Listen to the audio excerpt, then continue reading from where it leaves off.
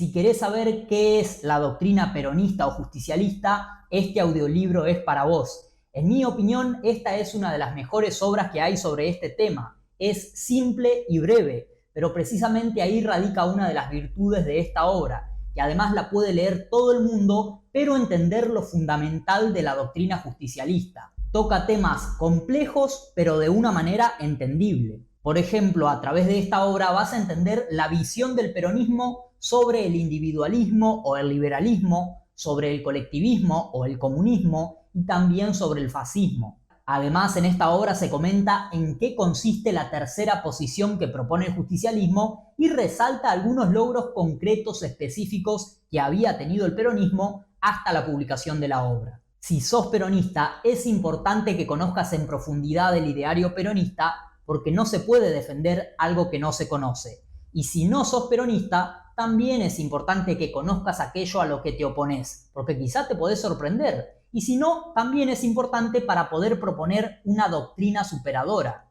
Antes de dejarte con el audiolibro, te voy a pedir que le pongas me gusta al video, que lo compartas con una persona a la que creas que le puede interesar y que te suscribas al canal. Ahora sí, te dejo con el video. El justicialismo, doctrina y realidad peronista, de Raúl Antonio Mendé, con el prólogo del general Juan Domingo Perón. Prólogo. El justicialismo, doctrina y realidad peronista del doctor Raúl Antonio Mendé es un aporte valioso y honrado a la divulgación de nuestra doctrina y es un ejemplo de su interpretación y de su sentimiento. Como todo lo nuestro, está destinado en primer término al pueblo. Por eso ha debido ser sencillo, profundo y sincero para ser eficaz.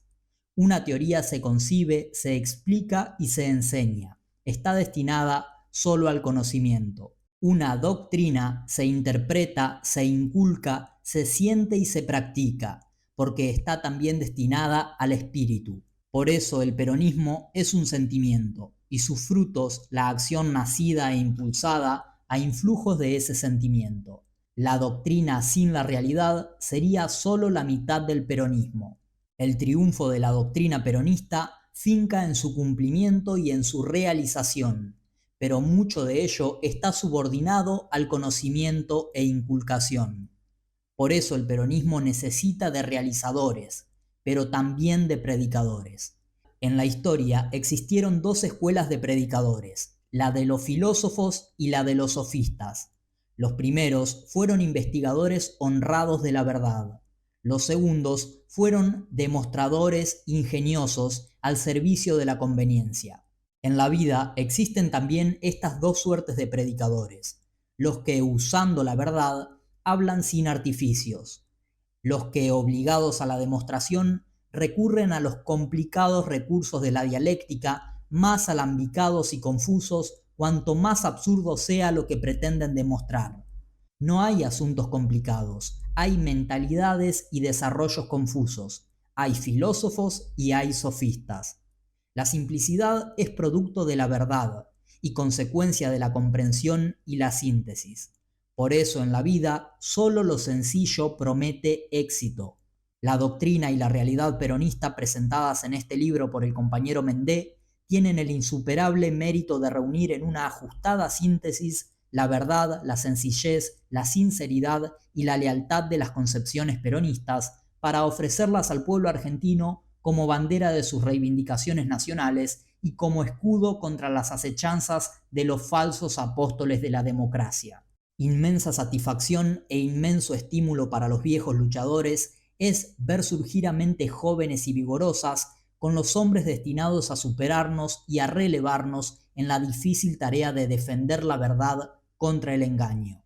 Pero esa satisfacción se colma cuando pensamos que tales mentes están al servicio de almas honradas y de hombres sencillos, que por no sentirse más de lo que son, no se resignarán jamás a ser menos de lo que deben ser. Juan Domingo Perón. Dos palabras. Este libro ha sido escrito para el hombre común de nuestro pueblo. Tiene la gran pretensión de ser desdeñado por ellos, a cambio de ser entendido por los humildes descamisados de nuestro pueblo y de todos los pueblos. De allí que todo el libro quiera ser en cada una de sus páginas simple, claro, transparente, esquemático, sin atiborramiento complicado de metáforas, de datos o de citas. Por otra parte, es la simple traducción al esquema del pensamiento realizado por un hombre, Perón. Todo en el libro es de él, todo el libro le pertenece. Dedicárselo sería una redundancia.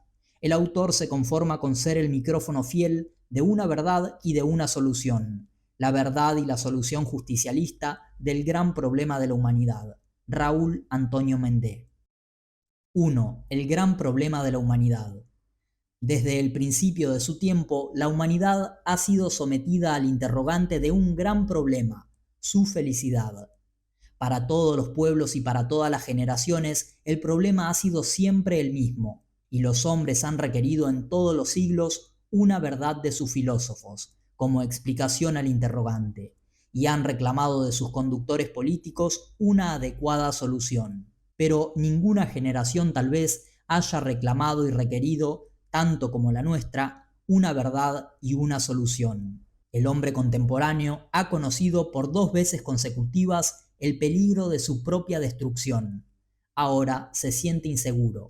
La inseguridad hace imposible toda felicidad. La inseguridad está en la raíz de la angustia, y en su angustia reclama, como en ninguna otra generación, una verdad y una solución, una explicación de sus filósofos, una verdad, y una solución de sus conductores políticos. Para lograr su felicidad, el hombre ha tratado de solucionar previamente 2 problemas de lucha: el de la lucha interna o íntima o intrínseca entre la materia y el espíritu que constituyen su unidad, y el de la lucha externa o extrínseca entre su unidad de persona humana y el resto de los hombres, la totalidad humana.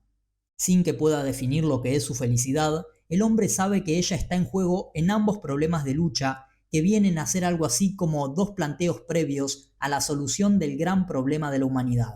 La explicación, la verdad que el hombre requiere de sus filósofos, lo que él necesita saber es muy simple: cómo resolver aquellos problemas de lucha para ser feliz. Es decir, para ser feliz, ¿quién debe triunfar en la lucha? ¿La materia o el espíritu? ¿La unidad humana o la totalidad humana? Esta es la explicación que el hombre necesita desde el comienzo de su tiempo. Pero la explicación es solamente la base para una solución. Saber dónde está un tesoro es apenas comenzar a esperar con esperanza su posesión definitiva. Saber que la felicidad se logra por el camino de la victoria del espíritu o de la materia, de la unidad humana o de la totalidad humana, es solamente saber dónde está el tesoro. Es la explicación, es la verdad. Es menester todavía conquistar el tesoro. Si la felicidad estuviese, por ejemplo, en la victoria del espíritu, sería necesario lograr esa victoria y darle permanencia. Si la felicidad estuviese en la victoria de la totalidad humana, habría que buscar su triunfo y darle una forma definitiva. Esta es la tarea que el hombre reclama de sus conductores, una solución, la definitiva posesión de la felicidad. 2. El problema del hombre. El primer problema del hombre está en el hombre mismo, no trasciende los límites de su propia arquitectura. Es el problema de la lucha entre su espíritu y su materia. En el trayecto accidentado de su tiempo, el hombre ha inclinado su conciencia y su acción sucesivamente en favor del espíritu o en favor de la materia, casi como un juego rítmico de péndulo, del materialismo al espiritualismo, del extremo del espíritu al extremo de la materia, del cansancio de lo espiritual al hastío de lo material y viceversa. Ya en la primera noticia que tenemos del hombre, advertimos que adopta una posición frente a la lucha que se desarrolla en la intimidad de su estructura. Como si fuese un espectador de sí mismo, el hombre se define por su materia o por su espíritu. Pero ya en aquella primera noticia, y luego a través de todos los siglos y de todas las teorías de solución, advertimos que el hombre no es un simple espectador en la lucha del espíritu contra la materia. Es un espectador apasionado, porque es un espectador interesado. Sabe muy bien que en la lucha se juega su propio destino. Pero, ¿cuál puede ser el interés del hombre frente a esa lucha? Muy simple, su propia liberación. Cuando se decide por el espíritu, es para liberarse de las ataduras materiales. Cuando se decide por la materia, también quiere liberarse. En este caso, quiere liberarse del espíritu. En ambas circunstancias, quiere liberarse de ataduras para ser feliz, porque el gran objetivo es ese, la felicidad. 3. El problema de la sociedad.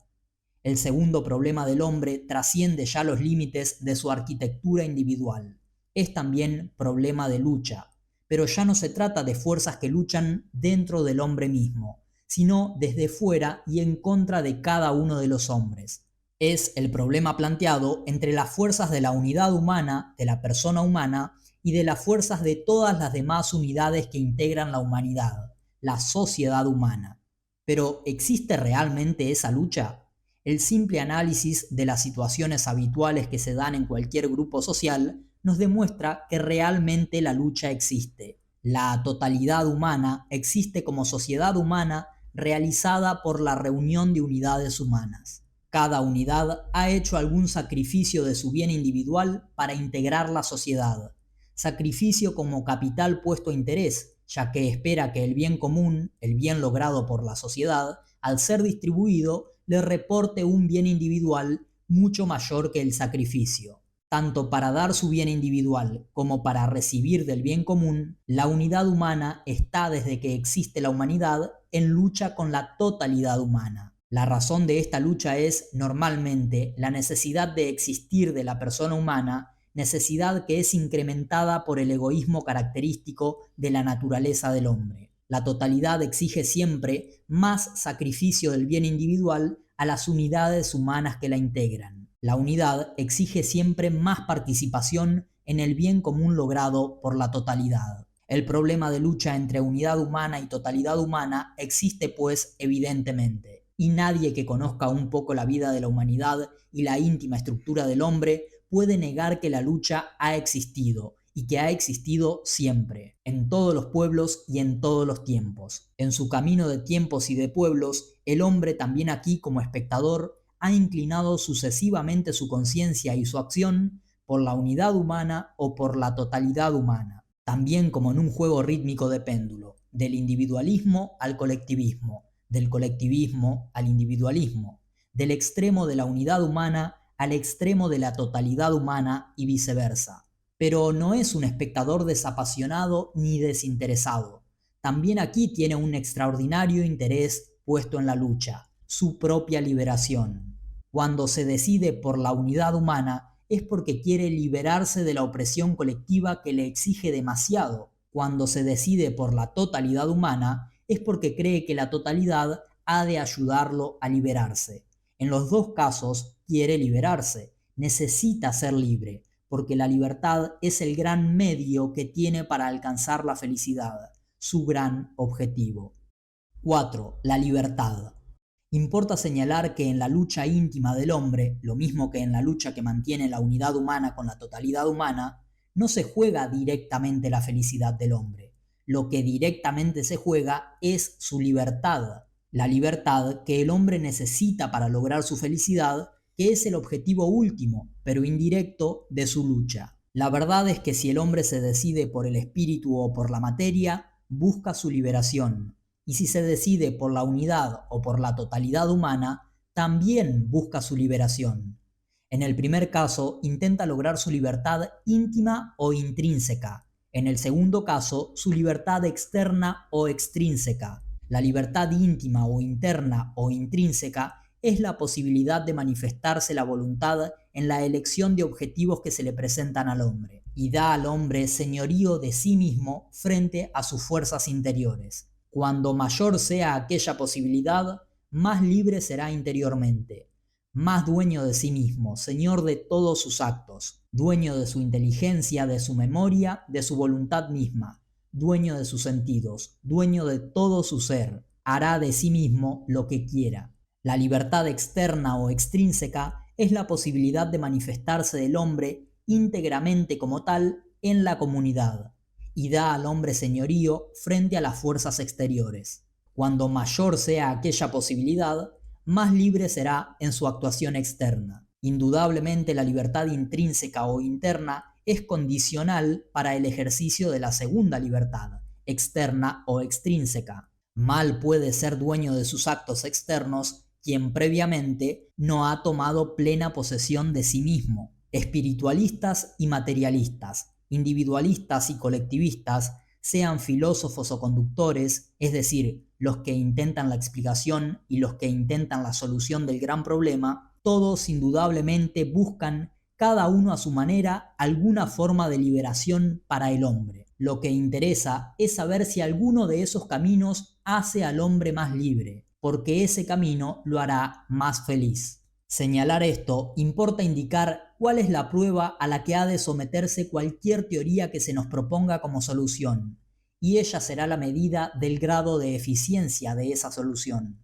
Ante cualquier teoría que se nos presente como solución, debemos preguntarnos: ¿crea una situación de mayor libertad para el hombre, de mayor libertad íntima, mayor libertad externa? ¿Crea, en definitiva, condiciones de mayor libertad humana? En la medida en que la respuesta sea afirmativa, la teoría también será solución eficiente del gran problema de la felicidad del hombre.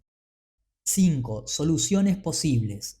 En todo problema de lucha entre dos fuerzas físicas opuestas, se pueden dar también dos soluciones extremas, venciendo en cada caso una de las fuerzas en lucha. Lo mismo se da en el caso de las fuerzas humanas. Las soluciones extremas con respecto al problema del hombre son la victoria de la materia, que se llama materialismo, y la victoria del espíritu, que llamaremos espiritualismo. Las soluciones extremas en lo que atañe al problema de la sociedad son la que otorga el triunfo a la unidad humana, o individualismo, y la que se decide por la totalidad humana, o colectivismo. Aquí es necesario advertir que el espiritualismo, en la acepción que nos vemos obligados a adoptar para mantener el orden y la unidad de razonamiento, es simplemente sistema filosófico que sobrevalora al espíritu y se contrapone al materialismo. No queremos entrar a establecer distingos entre materialismo y realismo, ni entre espiritualismo e idealismo, pero por sus consecuencias de orden social, más adelante nos veremos obligados a una explicación acerca del idealismo. Aquí únicamente queremos señalar que la unidad y el orden de nuestro esquema lógico nos llevan a mantener esta clasificación simplista, de fácil comprensión por otra parte. No es además nuestra intención realizar una tesis de filosofía. Así aclaradas las cosas, vamos a realizar un somero análisis teórico de estas cuatro soluciones extremas. Veremos qué posibilidad tienen de liberar al hombre en su interior, dándole señorío de sí mismo, y en sus relaciones con la sociedad, haciéndole persona humana libre en la colectividad humana. 6. Espiritualismo. En la lucha de espíritu y materia, el espiritualismo, asignando al espíritu un valor superior a todo otro valor de la persona humana, se decide por la victoria del espíritu. Esto es, evidentemente, una liberación. El espiritualismo declara: por sobre las leyes inmutables e inexorables de tu estructura material, posees algo que no está sujeto a las contingencias de la materia de tu cuerpo, ni siquiera a la suprema contingencia de morir.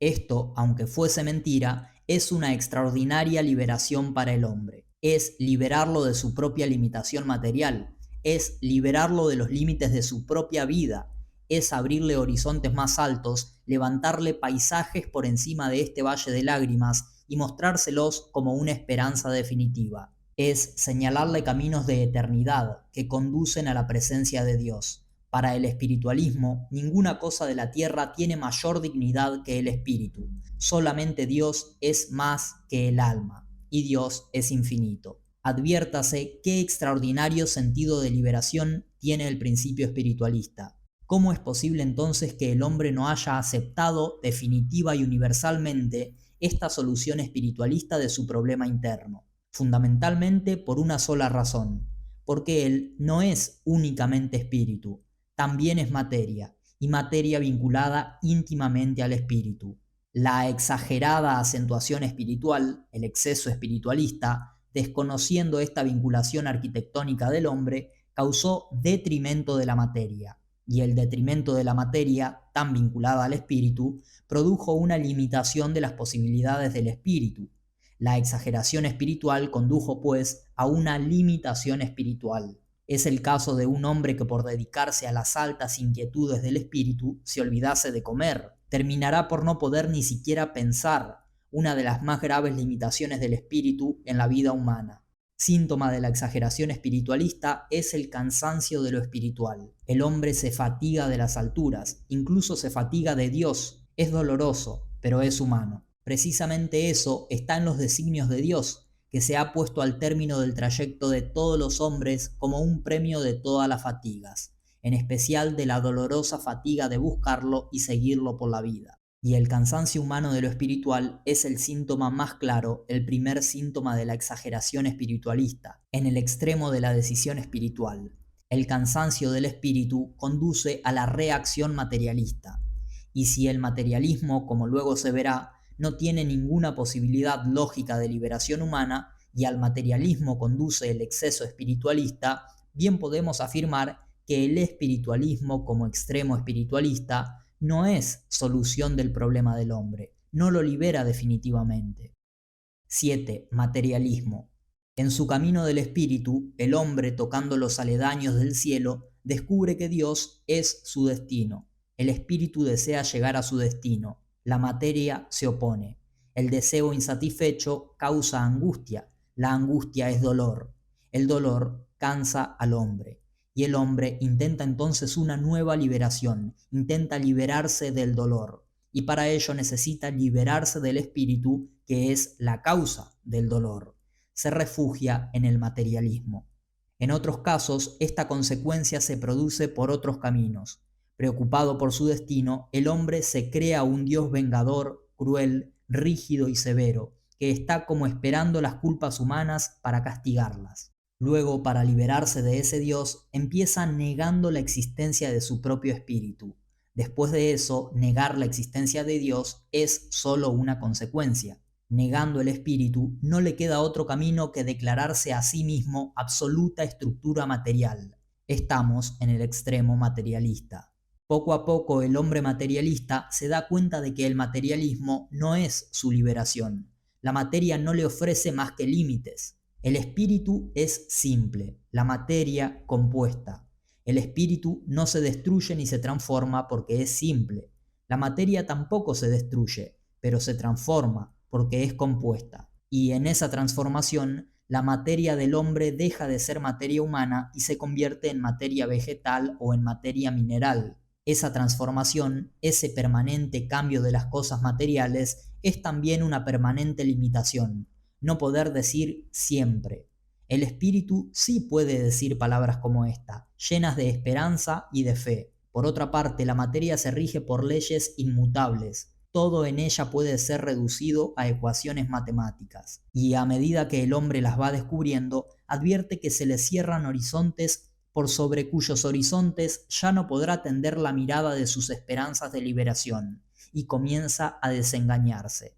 La materia no podrá liberarlo nunca, porque ella misma está sujeta a leyes que siempre inexorablemente se cumplen, matemáticamente. Pero como ya ha descubierto las leyes materiales, el hombre intenta por la materia otra liberación, la del progreso técnico. Construye rascacielos para vivir, y como no puede asomarse por ellos al aire limpio de un cielo en el que ni cree ni espera, ha de mirar hacia abajo, y mirando hacia abajo se ve como es, pequeño, miserable, insectificado. Pero no se siente más libre, construye aviones para volar, y con ellos se destruye a sí mismo, y por ellos se siente todavía menos libre. Tampoco el progreso material es liberación. Otra cosa sería el progreso material si ante sus construcciones pudiese oponer el hombre la levantada vertical de su espíritu, dueño de posibilidades infinitas. En este caso, el progreso material no provocaría la insectificación del hombre, ni lo llevaría a la náusea o a la angustia. El hombre seguiría siendo señor de todas las cosas creadas y podría ordenarlas en su comunidad. Pero en el extremo materialista nada de esto ocurre. El hombre no posee en sí mismo nada que oponer al progreso material, ni el espíritu de la concepción medieval, ni la razón de la concepción liberal del siglo XVIII. Tampoco el extremo materialista es la solución.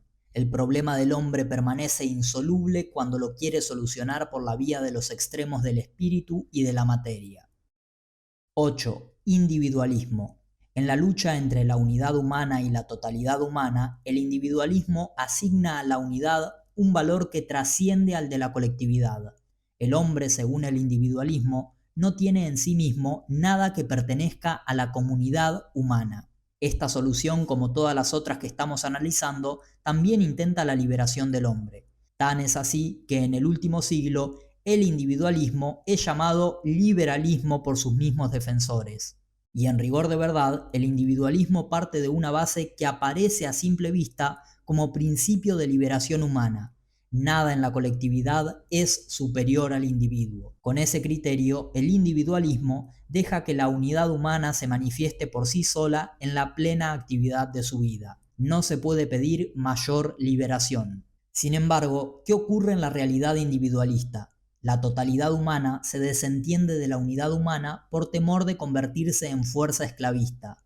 La unidad humana, libre en todo sentido, realizará entonces la plena actividad de su vida. Pero como la plena actividad será por naturaleza en una superior a otras, las unidades humanas de mayor actividad se convertirán en fuerzas esclavistas de las unidades de menor actividad. Lo que al principio aparece como causa de liberación es al final causa de esclavitud. Esta es la explicación teórica del proceso individualista que luego veremos causando en la historia las etapas de la esclavitud absolutista, feudal y capitalista. El individualismo no es solución de libertad. La medida de la libertad nos lo señala como causa indirecta de esclavitud. 9. Colectivismo. En la lucha entre la unidad humana y la totalidad humana, el colectivismo se decide por la totalidad. De allí que también sea denominado totalitarismo. El hombre, según el colectivismo, pertenece íntegramente a la sociedad humana. Aún por este camino, el hombre intenta su liberación. Fracasado su intento de liberarse solo, busca la manera de liberarse por la colectividad. Piensa: quise ser libre, consideré a la sociedad como enemiga de mi libertad, le pedí que se desentendiera de mi vida, se desentendió de mí, y cuando estuve solo tuve que entregarme por la fuerza a otros hombres que en nombre de la misma libertad que yo exigía para mí, me avasallaron. Tal vez sea mejor que la sociedad proteja mi libertad, que el Estado, representante de la sociedad, regule las libertades de todos. Por este razonamiento se advierte que en la raíz del colectivismo también hay un propósito de liberación. Lo malo viene después, cuando la totalidad humana como cuerpo acepta regular las libertades individuales, empieza por sentar un principio de autoridad absoluta que dice más o menos así: nada hay superior a la colectividad. Y cuando el hombre asustado le reclama: ni siquiera el espíritu, la totalidad responde negativamente, aunque a veces se justifica diciendo que también la totalidad tiene espíritu, y que ese espíritu reside en la raza o en el Estado, representantes ideales de la totalidad. Esta última es la respuesta idealista del totalitarismo. Poco a poco, también la totalidad humana, ensorbecida por la magnitud extraordinaria de su poder, se convierte en fuerza esclavista que oprime al individuo humano. Al principio, en sus primeras intenciones, el colectivismo actúa en procura del bien común, que es el bien logrado por todos y para todos. Después, pierde de vista el bien común y actúa solamente en procura del bien público, que es el bien logrado por todos, pero no para todos, sino para el Estado o para la raza. Porque el Estado o la raza, dicen los colectivistas, necesita el sacrificio total de la unidad humana para hacer la revolución mundial, para imponer la superioridad definitiva de la raza. De cualquier manera, el colectivismo, cuyas realidades históricas veremos después cumpliéndose en la hora más amarga de la humanidad, no libera al hombre. La medida de la libertad es aquí casi una ironía. Ni el individualismo ni el colectivismo dan una solución real, definitiva y estable al problema de la sociedad. 10. Realización histórica de las soluciones extremas. Ya hemos hecho el análisis de las posibles soluciones extremas de cada uno de los dos problemas que integran el gran problema de la humanidad. Hemos realizado un simple análisis teórico, pero ya hemos advertido cómo ninguno de estos 4 caminos produce la liberación que el hombre necesita y busca para ser feliz. Nos queda por ver si estas soluciones se han ensayado ya en la historia de la humanidad y analizar cuáles han sido los resultados. Debemos advertir previamente que en ningún momento la humanidad ha ensayado una solución del problema del hombre sin pensar al mismo tiempo en una solución del problema de la sociedad. Si bien es cierto que los ciclos han sido distintos, la humanidad ha ido pasando del extremo espiritualista al extremo materialista, y en otro orden de cosas, del extremo colectivista al extremo individualista.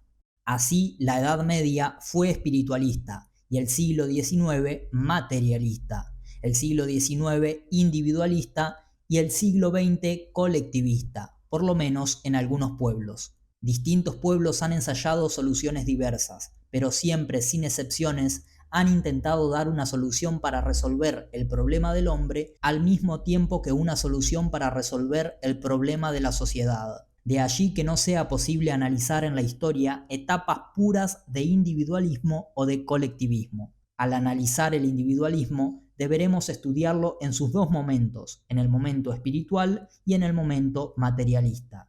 Lo mismo con respecto al colectivismo.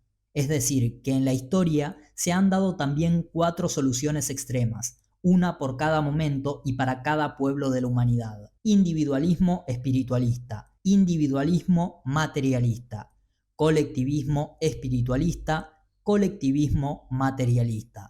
Veamos cómo se han dado en la realidad, en qué época y en qué pueblos. Y como cuando analizábamos teóricamente cada solución, veamos también en qué medida cada solución acrecentó o disminuyó la libertad que el hombre busca para poder ser feliz. Importa señalar que la medida del grado de eficiencia de estas realizaciones históricas siempre será la del grado de libertad que pudo lograr el hombre en cada uno de esos momentos de su vida. Siempre deberemos preguntarnos ante cada una de estas soluciones ensayadas: ¿dio más libertad íntima al hombre?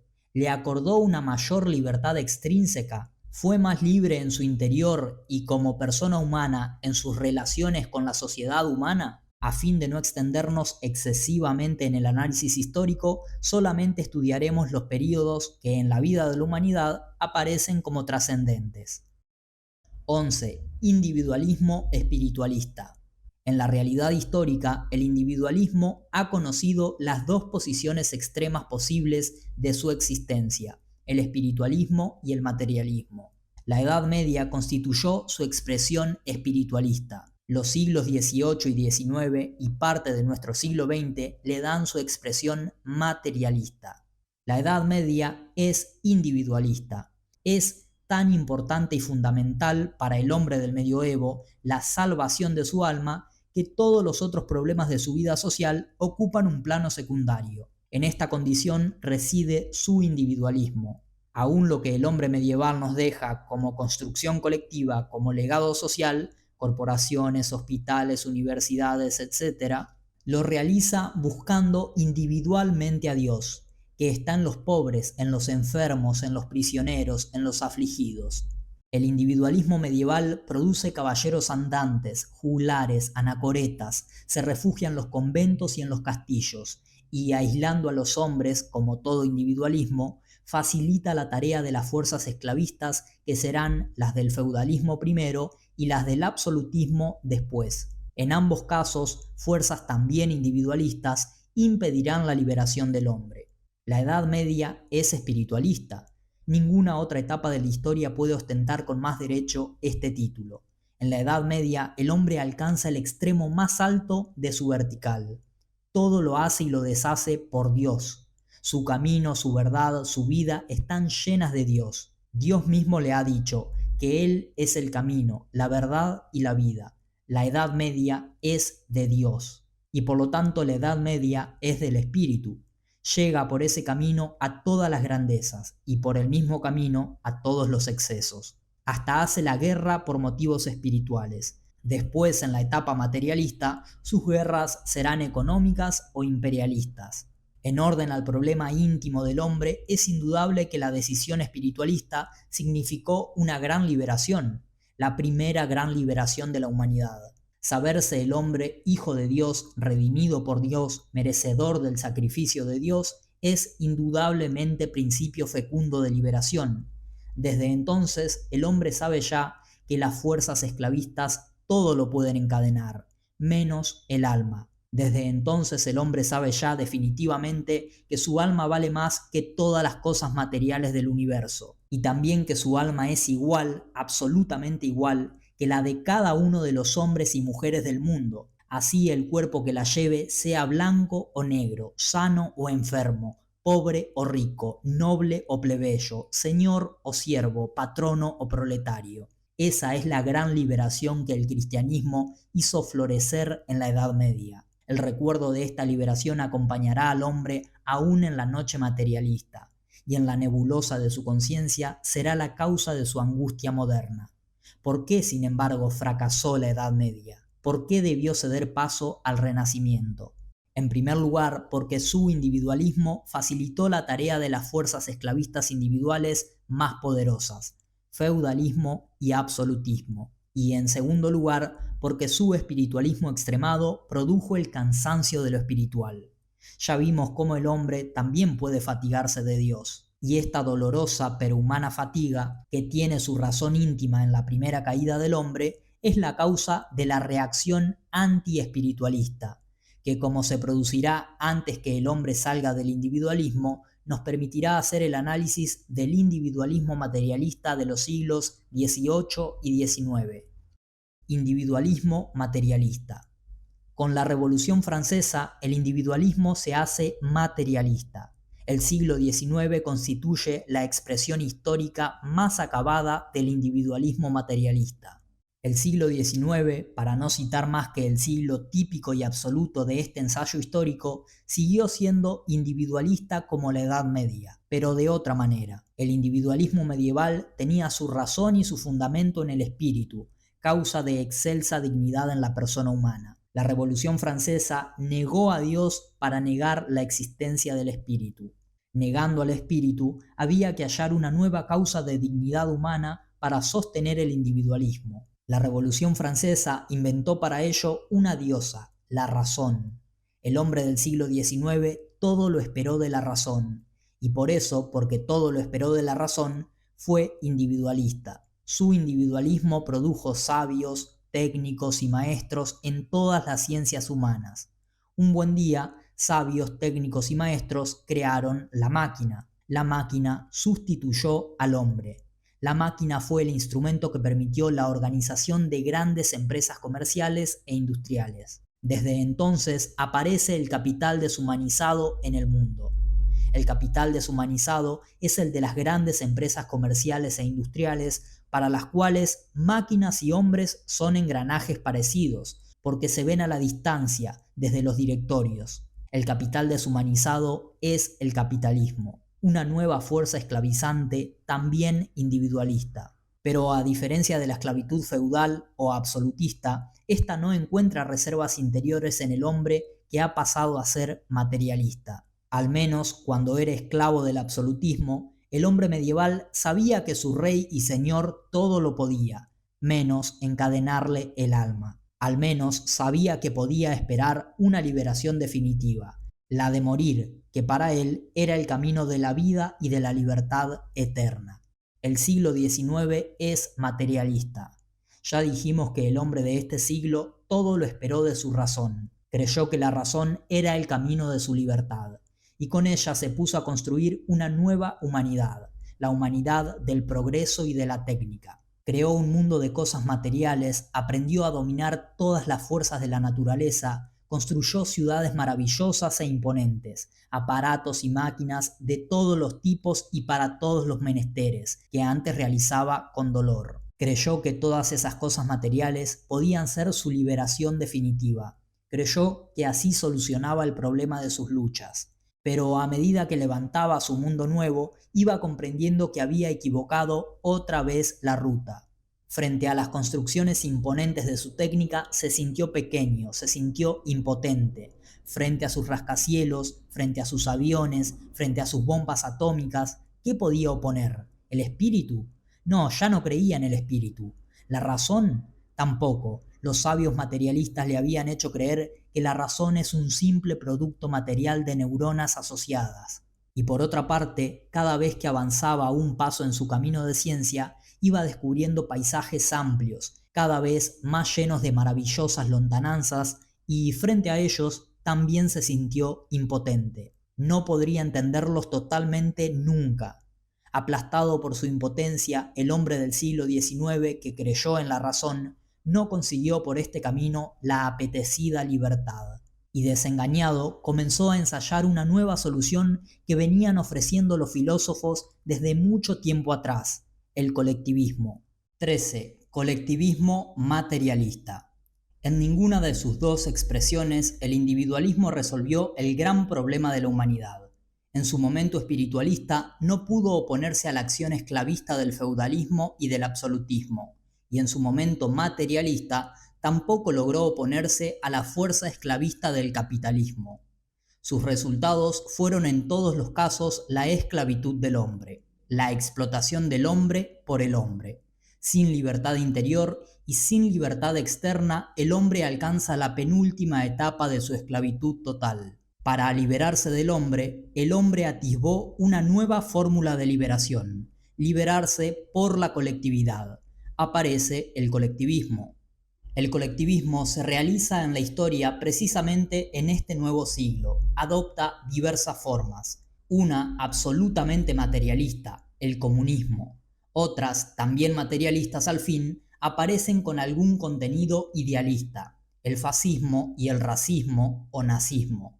Analizamos aquí la forma materialista, el comunismo. En cuanto al problema íntimo del hombre, el comunismo sigue esperando su liberación por el incremento del progreso y de la técnica. Espera que, lógicamente, en manos del Estado comunista, el progreso y la técnica alcancen su mayor eficiencia y que todos los hombres, rodeados del mayor confort, se sientan entonces íntimamente más libres y más felices. En cuanto al problema extrínseco del hombre o el problema de la sociedad, el comunismo, para liberar al hombre de la explotación capitalista, crea un Estado fuerte, absoluto dueño y señor de las unidades humanas que lo integran. El Estado comunista lleva más de 30 años enseñando lo que sus filósofos anunciaron como solución. ¿Podemos ya decir si liberó o no al hombre? ¿Si le acordó mayor libertad íntima? ¿Si le dio mayor libertad extrínseca? Por de pronto se nos ha cerrado el espectáculo de este ensayo en forma terminante. No podemos saber qué ocurre allá, si los hombres son o no son más libres que antes, pero aún sin verlo, ya sabemos que no son más libres, que no son más felices. Porque la libertad y la felicidad no se pueden vivir en silencio. La libertad y la felicidad se gritan por las calles del mundo. Los pueblos felices no son los que se encierran, sino los que se abren a los otros pueblos para compartir con ellos en su libertad los bienes de su felicidad. Y es lógico, no pueden ser felices los hombres que están sometidos a la opresión de dos fuerzas esclavistas, tan poderosas como la materia y la totalidad humana. De todas maneras, ya es rigurosa verdad histórica que el colectivismo materialista no libera al hombre ni como materialismo ni como colectivismo. Como materialismo cierra todos los horizontes del hombre, para quien no existirá ya nada, absolutamente nada superior a la comunidad. Por eso el comunismo es ateo. Negar a Dios es lo mismo que negar al espíritu, y como colectivismo entrega al hombre a la explotación del Estado. Entre la explotación de una fuerza individual como el capitalismo y una fuerza colectiva como el Estado, esta esclavitud es indudablemente peor. El hombre ha llegado así al peldaño más bajo de su historia. Esta será su hora más amarga. Aunque quiera, ya no podrá ser más desgraciado ni más esclavo. Sin ninguna libertad íntima y destruida su libertad exterior por la fuerza mayor que pueda darse en la humanidad, la del Estado, el hombre está ya en la última etapa de su esclavitud. Sin alma y sin Dios, absolutamente aplastado por la materia, absolutamente aplastado por la colectividad, el hombre del colectivismo materialista no se concibe sino como un gran silencio, y tiene precisamente su símbolo y su realidad en la profunda y desoladora inmensidad de las estepas. 14. Colectivismo espiritualista. Dijimos ya que el racismo, nazismo y el fascismo eran formas históricas del colectivismo, que poseían algún contenido espiritual, o mejor dicho, idealista. Una forma espiritualista pura del colectivismo es imposible que exista, porque el colectivismo no reconoce la existencia de ninguna cosa que lo trascienda o lo sobrepase. Un colectivismo que reconociese al espíritu en su valor absoluto no sería colectivismo, porque el colectivismo afirma: nada del hombre es superior a la colectividad, ni siquiera el espíritu. Si el colectivismo niega en forma absoluta la existencia del espíritu, el colectivismo es materialista, como en el caso comunista. Pero a veces no se atreve a negar la existencia del espíritu y entonces acude a un recurso artificioso. Crea un espíritu de raza o de estado, superior a todo cuanto de espiritual puede haber en el hombre. Es el racismo nazista, es el fascismo. No son directamente materialistas, pero su espiritualismo es artificioso, es un espiritualismo idealista. Esto nos permite llamar a estos colectivismos colectivismos idealistas, que por ser de un espiritualismo artificioso, conducen más o menos pronto al materialismo, con sus concomitancias: negación del espíritu, negación de Dios. De esta manera, el colectivismo idealista se reduce a una simple variante del colectivismo materialista. En el fondo, comunismo, nazismo y fascismo son la misma cosa. Con respecto al problema de su libertad íntima, el hombre de los colectivismos idealistas no mejoró mucho su situación. Aún reconocida la existencia del espíritu en la unidad humana, el valor del espíritu del hombre no será mayor que el valor del espíritu común, de la raza o del Estado.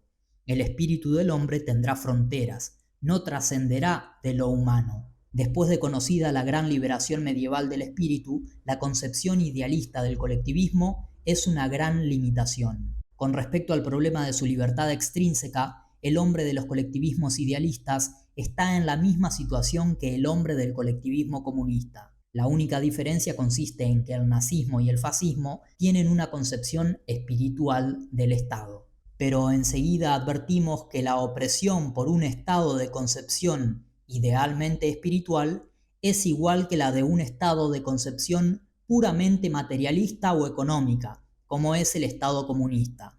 En ambos casos el Estado es la misma cosa. En ambos casos el bien de todos no es el bien para todos, sino el bien del Estado mismo. En los colectivismos el hombre está al margen del objetivo del Estado, sea este de concepción idealista o de concepción materialista. Los colectivismos idealistas, pues, no solucionaron tampoco el problema de la humanidad y desaparecieron como habían venido, por el camino de la sangre, del dolor y de las lágrimas. Tal vez sea necesario decir aquí que en cierto momento de la historia aparece una forma de vida humana que, considerada superficialmente, puede clasificarse como colectivismo espiritualista. Es la experiencia vivida por las primeras comunidades cristianas y por algunos pueblos de la Edad Media. La verdad es que el colectivismo que en ellas practicaron solo lo fue en sentido teológico, no en sentido social.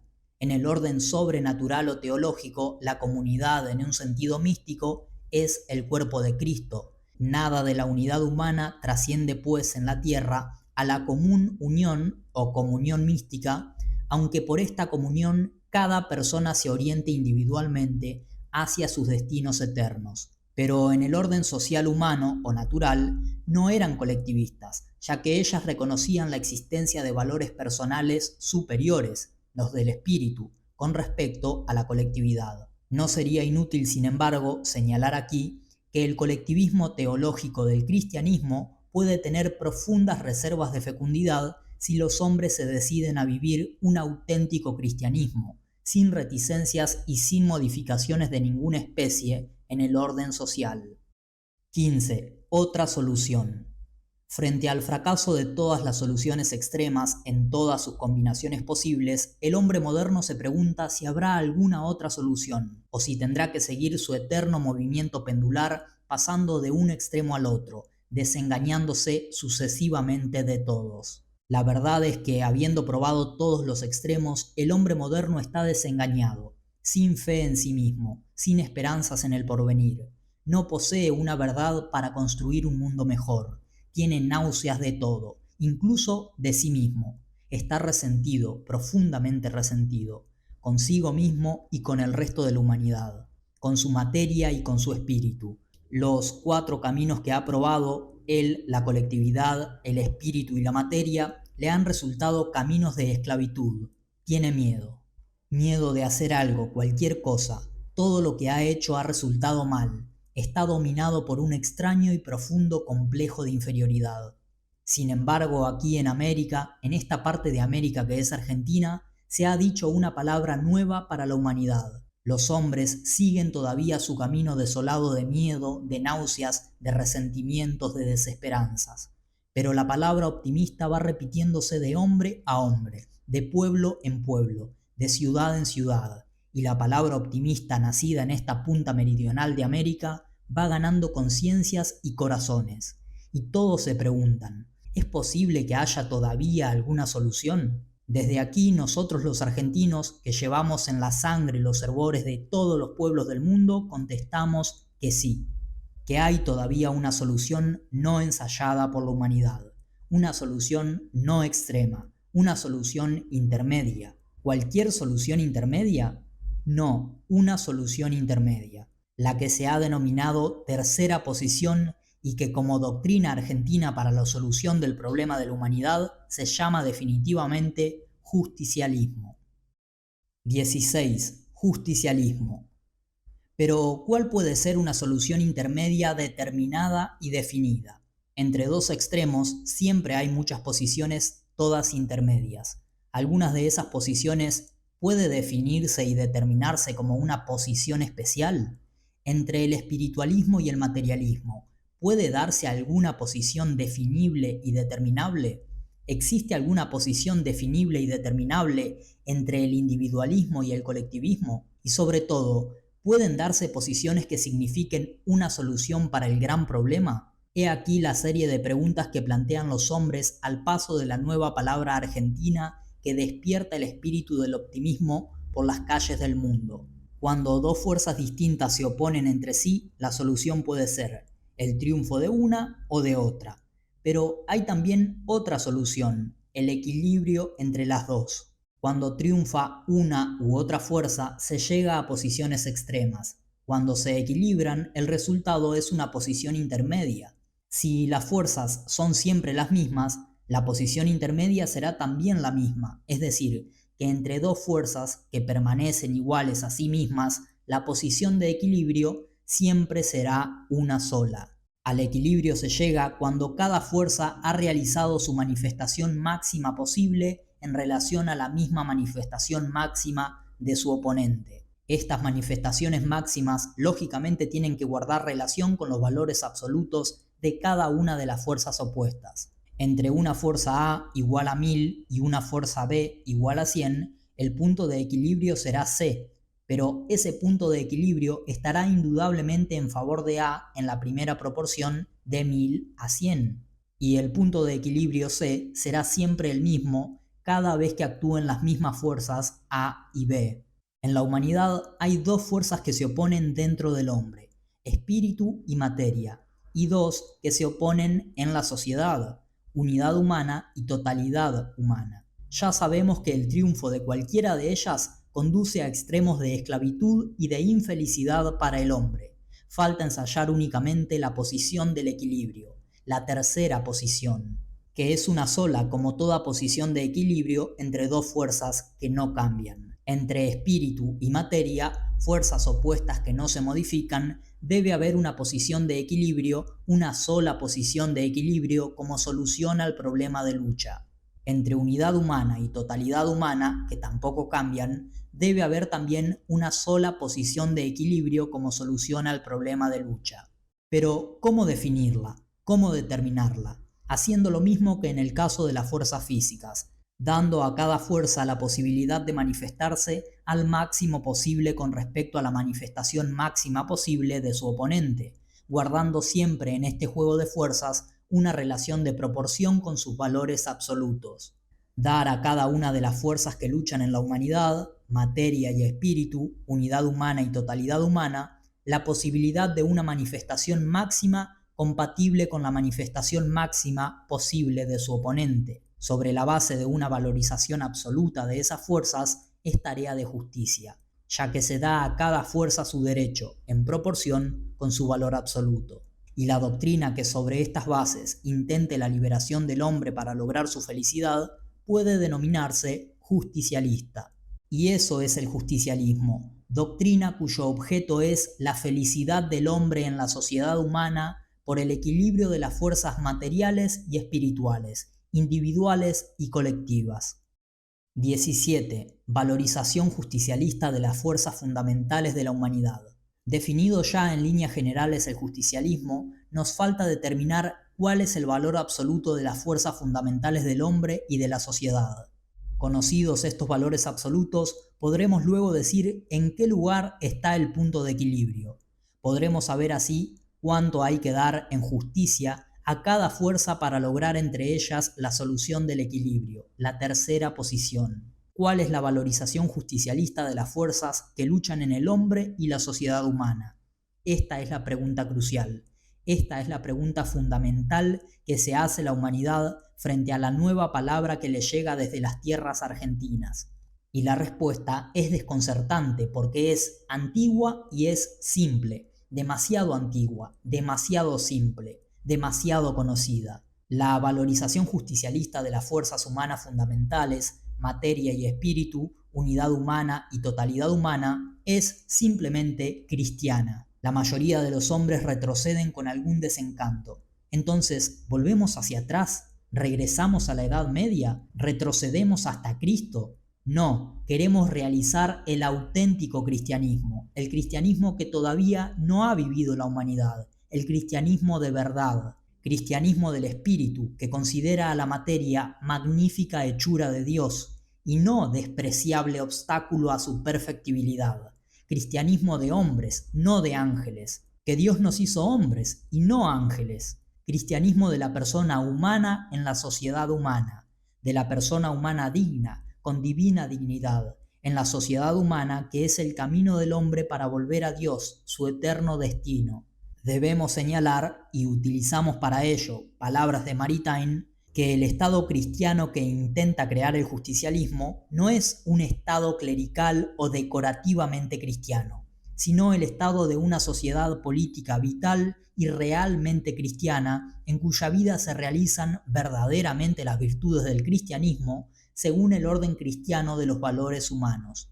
Ni siquiera será necesario para ello que todos sus integrantes sean cristianos. La comunidad cristiana que quiere construir el justicialismo puede estar formada por cristianos y no cristianos, con tal de que todos ellos reconozcan la misma valoración cristiana de las fuerzas fundamentales de la humanidad y sobre todo que acepten aquellas consecuencias humanas que contiene el Evangelio de Cristo: amor al prójimo, libertad, dignidad del hombre, unidad e indisolubilidad del matrimonio monogámico, estabilidad de la familia y reconocimiento de la misma como base fundamental de la colectividad, existencia del derecho natural como base del derecho positivo, sentido de la justicia, respeto de la persona humana y de la autoridad, etc. Estas serían las exigencias mínimas, por lo demás, profundamente humanas, que deberían satisfacer los integrantes de la sociedad justicialista, cristiana no tanto por el nombre de sus unidades humanas, cuanto por el cristianismo de sus virtudes fundamentales, aunque tuviesen su origen en otros sistemas no cristianos, más por la vida que por el rótulo.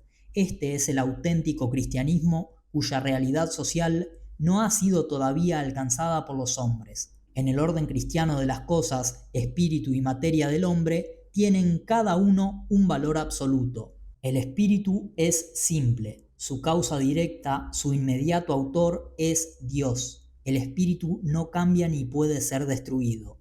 La materia es compuesta, no puede ser destruida, pero cambia constantemente.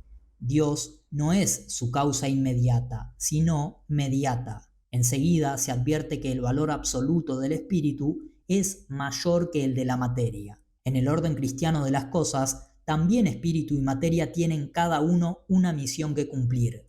La misión del espíritu es conducir al hombre a su destino, que es la definitiva posesión de la felicidad, que es Dios. La misión de la materia es servir al espíritu en esa tarea divina. Materia y espíritu tienen, pues, una misión divina que cumplir, de distinta jerarquía. Enseguida se advierte la superior jerarquía de la misión del espíritu, pero la misión de los dos, espíritu y materia, es una misión divina. No se justifica, pues, el desprecio absoluto de los bienes materiales, si ellos sirven para conquistar a Dios. Ni se justifica tampoco la absoluta primacía del espíritu, que solo, sin la materia, no puede lograr su propio destino.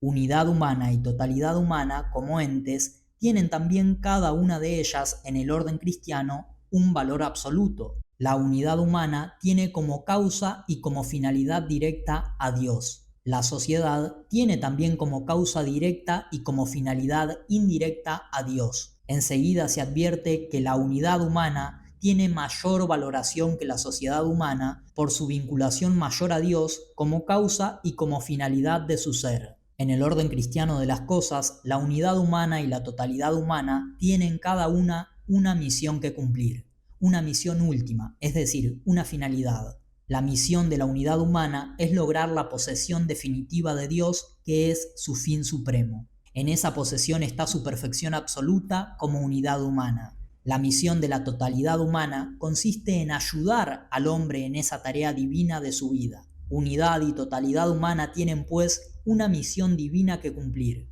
de distinta jerarquía también. Enseguida se advierte la superior jerarquía de la misión que ha de cumplir la unidad humana. La sociedad es medio para la perfección de la unidad. La sociedad no realiza sus objetivos sin servir al hombre. Pero la misión de las dos, unidad humana y totalidad humana, es una misión divina. No se entiende, pues, que pueda hablarse de supremacía absoluta del hombre ni de absoluta supremacía de la sociedad. Unidas deben cumplir su misión. El hombre no podrá cumplirla perfectamente sin la sociedad. La sociedad no podrá cumplirla por sí misma, ya que no tiene razón de ser sin el hombre, que el hombre es precisamente el término de su acción. Además, es fácil advertir que el hombre tiene en el orden auténticamente cristiano una manera de existencia distinta de la sociedad. La sociedad tiene una manera de existencia moral. El hombre existe en cambio como persona humana, como persona real. El hombre vale ante Dios por sí mismo. La sociedad vale ante Dios nada más que como agrupación de personas humanas, y no tiene más valor absoluto que el que resulta de la suma de las personas humanas que la integran. Estos son, en el orden cristiano, los valores absolutos de espíritu y materia, de la unidad y de la totalidad humana. Este es un hecho de extraordinaria importancia. Las cuatro fuerzas fundamentales de la humanidad tienen directa o indirectamente la misma finalidad, pero cada fuerza conserva su propia identidad y su propio sentido. En cierto modo son incluso fuerzas que se oponen entre sí, y sin embargo deben concurrir a su finalidad común. La concordancia se logrará en el punto de equilibrio. El punto de equilibrio no es un punto muerto, estático, sino un punto dinámico. Es una permanente resultante de dos fuerzas opuestas, de dos fuerzas actuando permanentemente. Pero en ese punto de equilibrio, cada una de las fuerzas opuestas servirá al hombre cumpliendo cada una su misión. En esto serán fuerzas acordes. Allí la armonía realizará la perfección del equilibrio. Ya podemos dar una definición completa y exacta del justicialismo, porque ya sabemos que más allá del equilibrio puede lograrse la armonía. Y sabemos también que su valoración de las fuerzas fundamentales es cristiana, auténticamente cristiana. La definición queda pues así: justicialismo, doctrina cuyo objeto es la felicidad del hombre en la sociedad humana por la armonía de las fuerzas materiales y espirituales, individuales y colectivas, cristianamente valorizadas. 18. Las fórmulas justicialistas. Ya está definido el justicialismo. Necesitamos ahora saber cómo se realiza la armonía de las fuerzas fundamentales de la humanidad. Algo sabemos ya acerca de esto. Dijimos que la tarea justicialista consistía en dar a cada uno de los valores fundamentales de la humanidad la posibilidad, el derecho, de realizar su manifestación máxima compatible con la manifestación máxima de su oponente, para llegar así al punto de equilibrio.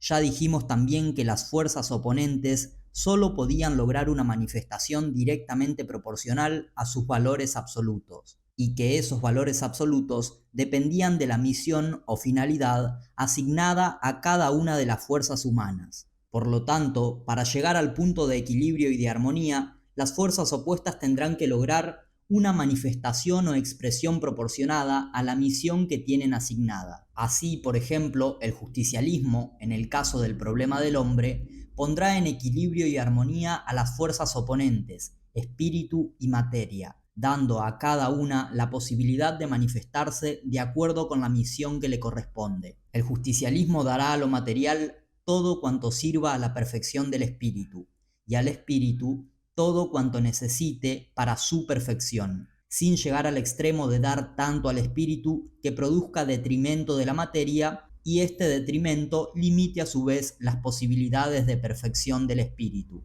Esta es la fórmula justicialista para la solución del problema del hombre. En el caso del problema de la sociedad, las cosas ocurren de manera similar. El justicialismo dará también a las fuerzas oponentes, unidad humana y totalidad humana, la posibilidad de manifestarse de acuerdo con la misión que tiene asignada cada una de ellas. Dará a la totalidad humana todo cuanto sirva a la perfección de las unidades humanas que la integran, y a la unidad humana todo cuanto necesite para su perfección, sin llegar al extremo de dar tanto a la unidad humana que produzca detrimento de la totalidad humana y este detrimento limite a su vez las posibilidades de perfección de la unidad humana. Esta es la fórmula justicialista para la solución del problema de la sociedad. 19. Tercera posición. El justicialismo, según lo que hemos ya definido, no es una solución extrema del problema de la humanidad. Frente al problema del hombre, la solución justicialista no es espiritualista ni materialista. Es simplemente armonía de espíritu y materia en la persona humana. Frente al problema de la sociedad, el justicialismo no es individualista ni es colectivista. Es simplemente armonía de unidad y totalidad en la sociedad humana. Esta es evidentemente una tercera posición frente a los dos planteos del fundamental problema humano. Importa reiterar una observación. La tercera posición no es cualquier posición intermedia entre los extremos, es una sola posición, la del equilibrio y la armonía, tan absolutamente definida como el individualismo y el colectivismo, como el materialismo y el espiritualismo. Reiterar este concepto, aunque parezca redundancia, es reconciliarnos con la verdad y con los hombres. La verdad exige que cualquier solución que se dé a un problema tan grave como este se encuentra ubicada en una posición bien definida. Y los hombres, sobre todo los hombres que luchan por algún ideal común, exigen siempre posiciones claras y distintas. Así es la tercera posición, clara, definida, completamente distinta de los extremos y de cualquier otra posición intermedia. La verdad está satisfecha. Los hombres tienen en ella una posición digna de ser sostenida por hombres. Es interesante señalar también que la tercera posición justicialista no está a igual distancia de los extremos. En el caso del problema del hombre, está más cerca del extremo espiritual que del extremo material. En el caso del problema de la sociedad, está más cerca de la unidad humana que de la totalidad humana. Porque para la doctrina justicialista, el valor absoluto o intrínseco del espíritu es mayor que el de la materia, y el valor de la unidad humana es mayor que el de la colectividad. En ambos platillos de balanza están jugando fuerzas distintas. Lógicamente, el punto de equilibrio no estará exactamente en la vertical o en el centro. Esta situación aparece bien expresada también en las fórmulas justicialistas que ya hemos expuesto. Esta tercera posición, absoluta aunque no extrema, satisface no solamente a la verdad y a los hombres con ideales, satisface también a los pueblos cuya psicología es, si puede definirse así, una psicología de posiciones intermedias. No son los filósofos los inventores de la frase tan popular que dice «los extremos son malos». Es el pueblo su creador. El pueblo de todos y de cualquier parte del mundo dice lo mismo. en todos los idiomas y esta frase común expresa su sentir, su experiencia dolorosa de muchos siglos y su anhelo de una posición intermedia que lleve al hombre a una posición estable, definitiva. El justicialismo interpreta, pues, también como tercera posición, el sentir de los pueblos del mundo. Por otra parte, la tercera posición no produce violencia a la naturaleza humana. En la vida social esto es importante. Los extremos fracasaron como solución porque violentaron la naturaleza del hombre, porque alteraron el sentido o la magnitud de la misión que en la humanidad deben cumplir los valores fundamentales que la integran y que en ella luchan. La tercera posición procura la armonía de esas mismas fuerzas, tratando que cada una cumpla con sus fines. Trata de acordar las notas musicales altas y las bajas de la humanidad, que eso es realizar la armonía, y eso, que es lo contrario de la violencia, resulta grato a la naturaleza humana. Todas estas cosas facilitarían en el mundo la aceptación de esta doctrina humana, la más humana de cuantas ha conocido el hombre, aunque ésta sea, en último término, doctrina de concepción fundamentalmente divina. Tal vez por eso mismo es tan humana. 20. La liberación justicialista. Definido ya el justicialismo y expuestas sus fórmulas de solución, podemos preguntarnos si tiene posibilidades de liberar al hombre, si producirá en el hombre una mayor libertad íntima, si le dará mayores posibilidades de libertad extrínseca. En el análisis de su fórmula de solución para el problema del hombre, advertimos que el justicialismo busca la liberación del espíritu por el camino de la perfección, pero se diferencia del extremo espiritualista en que no desprecia el valor de lo material. Entiende que el detrimento de lo material puede limitar las posibilidades de perfección del espíritu, puede impedir la máxima expresión del espíritu. La liberación del espíritu que pretende el justicialismo no es la liberación absoluta que quería el hombre medieval ambicionando condiciones angélicas. La liberación del espíritu que pretende el justicialismo es la relativa liberación del espíritu, la que puede ser compatible con la arquitectura del hombre, que también es materia. Y esa liberación es indudablemente la única liberación estable del espíritu en la vida del hombre, porque es la liberación que surge del equilibrio y la armonía entre materia y espíritu. Con su fórmula para la solución del problema de la sociedad, el justicialismo busca la liberación del hombre por su perfección como unidad humana, pero se diferencia del individualismo en que no menosprecia la colectividad. Entiende que el detrimento de la colectividad puede limitar las posibilidades de perfección de la unidad humana, puede impedir la máxima expresión de la persona humana. La liberación del hombre como unidad que pretende el justicialismo no es la liberación absoluta que quería el individualismo y que entregó al hombre a la acción de las fuerzas esclavistas feudal, absolutista y capitalista. La liberación de la unidad humana que pretende el justicialismo es la relativa liberación que puede ser compatible con la arquitectura social de la humanidad. Esta es indudablemente la única liberación estable del hombre en la sociedad, porque es la liberación que surge del equilibrio y la armonía entre la unidad y la totalidad humana. El justicialismo evidentemente no es materialista, puesto que busca la liberación del espíritu por su perfección, dándole la posibilidad de cumplir con la misión que tiene asignada según el orden cristiano de los valores humanos. Pero tampoco es absolutamente espiritualista, desde que da a la materia la posibilidad de cumplir con la misión que ella tiene asignada en la arquitectura del hombre, desde que reconoce que el espíritu no puede cumplir su cometido sin ayuda de la materia. El justicialismo no es colectivista, puesto que busca la perfección de la unidad humana por su perfección, dándole la posibilidad de cumplir con la misión que le ha sido asignada. Pero tampoco es individualista, desde que otorga a la colectividad la posibilidad de cumplir con su misión, desde que reconoce que el hombre ha de llegar a su destino con ayuda de la colectividad. El hombre, según el justicialismo, no pertenece totalmente a la colectividad como piensan los colectivistas, ni es totalmente independiente de ella, como quieren los individualistas. El justicialismo adopta aquí también una tercera posición. El hombre, por algunas cosas que hay en él, pertenece íntegramente a la comunidad, por la cual incluso a veces tendrá que dar la vida.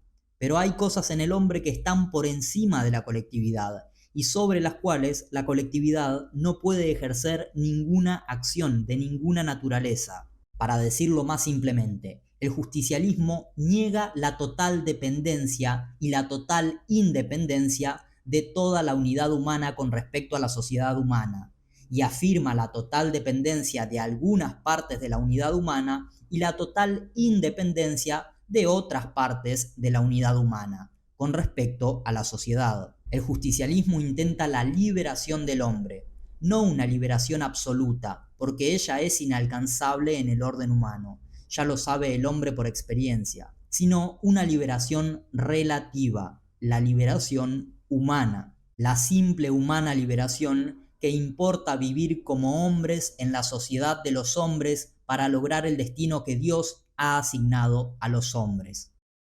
21. Realidades justicialistas.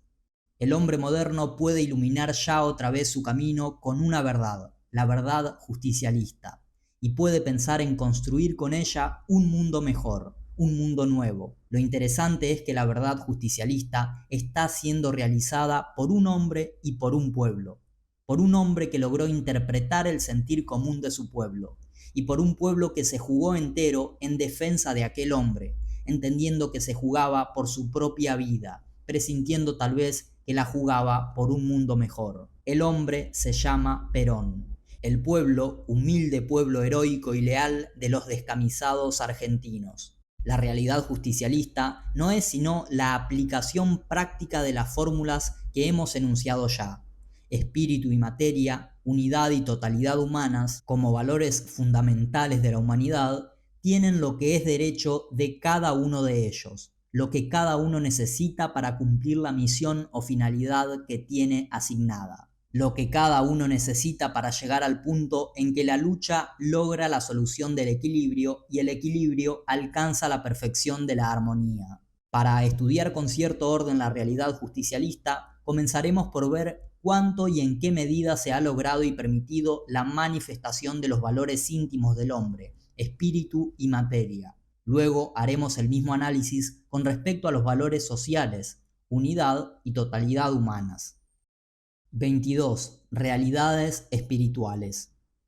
El espíritu tiene en la realidad justicialista todo cuanto le es útil o necesario para cumplir con su finalidad, lograr la perfección. Han vuelto a tener su sitio preferente en el concierto justicialista todos aquellos valores espirituales que el materialismo había logrado disminuir o destruir en el corazón de los hombres. Han vuelto a tener sentido, por ejemplo, palabras fundamentales de extraordinario contenido espiritual: dignificación del trabajo y del trabajador, elevación de la cultura social, humanización del capital, conciencia social de la comunidad. Y lo importante es que no solo vuelven a tener sentido, sino que se realizan.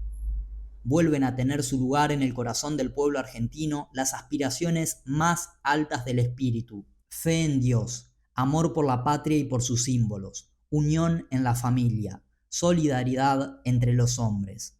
El pueblo argentino, el de los hombres de trabajo, único y auténtico pueblo argentino, estaba divorciado de su fe cristiana.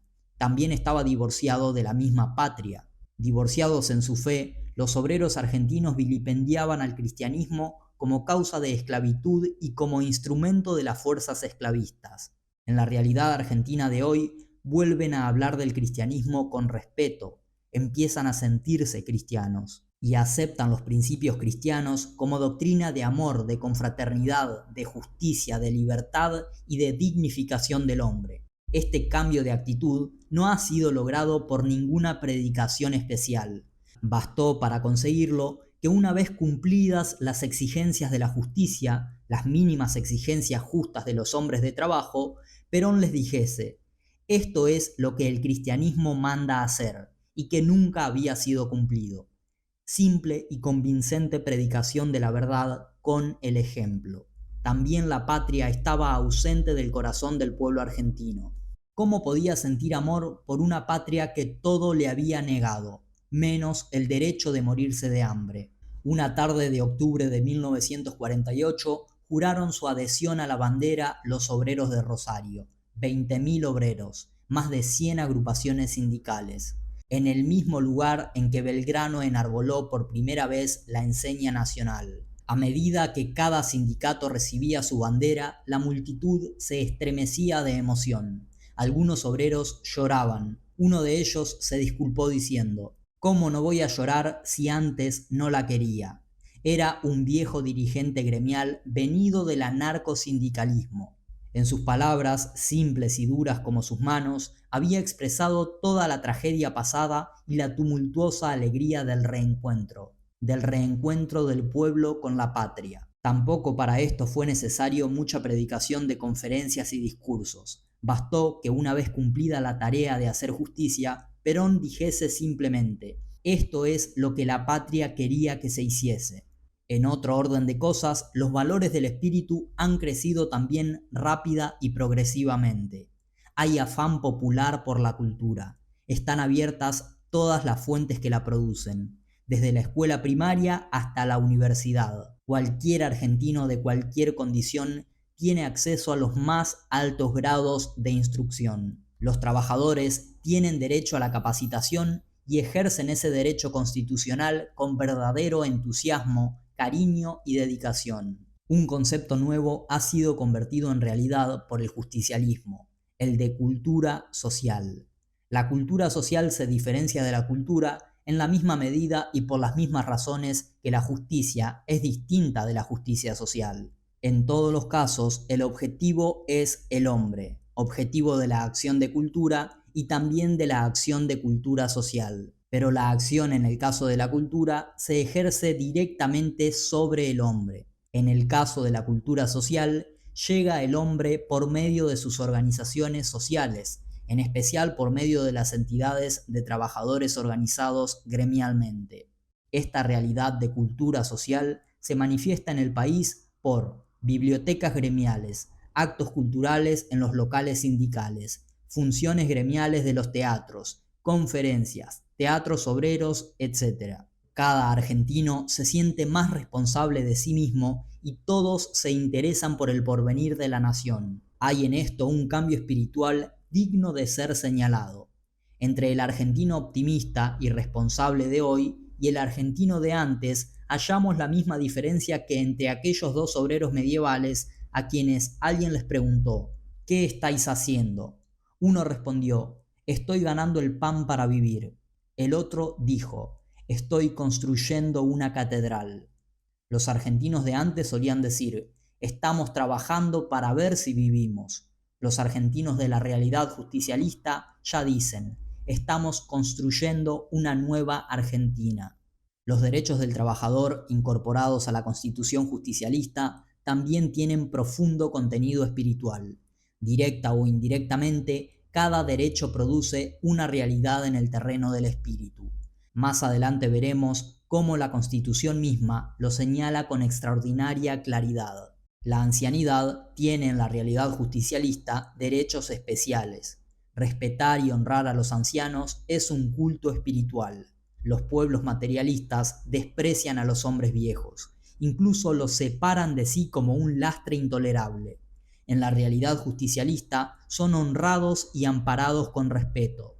Esto tiene hondo sentido espiritual. Los niños son los únicos privilegiados en la sociedad justicialista, y este privilegio no tiene su razón de ser en ningún cálculo biológico o materialista. Señala también una nueva actitud espiritual, una actitud de amor que se inclina hacia los niños, sobre todo hacia los niños que sufren, para protegerlos con amor. Todas estas realidades espirituales del justicialismo están precisamente impregnadas de amor, de auténtico y cristiano amor, de humano amor. No hubiese sido posible sino construir tanto en tan poco tiempo. Solamente el amor construye. Esto que Perón suele repetir a menudo es principio de doctrina justicialista y es realidad argentina del justicialismo. En la Constitución justicialista aparece la consideración legal de todas estas realidades de orden espiritual, desde la añadidura fundamental del preámbulo que establece como uno de los objetivos básicos de la Unión Nacional el promover la cultura nacional. En todo el texto renovado campea el espíritu contrastando con la vieja Constitución de 1853 que lo ignoró, a pesar de las invocaciones del preámbulo. El trabajo es el medio indispensable para satisfacer las necesidades espirituales y materiales del individuo y de la comunidad. Artículo 37. He aquí un concepto profundo de trabajo. El trabajo es medio para satisfacer las necesidades del espíritu, primero del espíritu y de la materia, del individuo y de la comunidad. La comunidad debe posibilitar y garantizar al trabajador una retribución moral y material que satisfaga sus necesidades vitales. Artículo 37.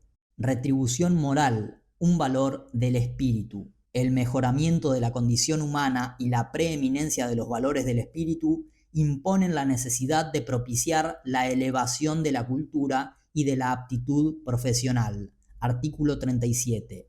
Preeminencia de los valores del espíritu.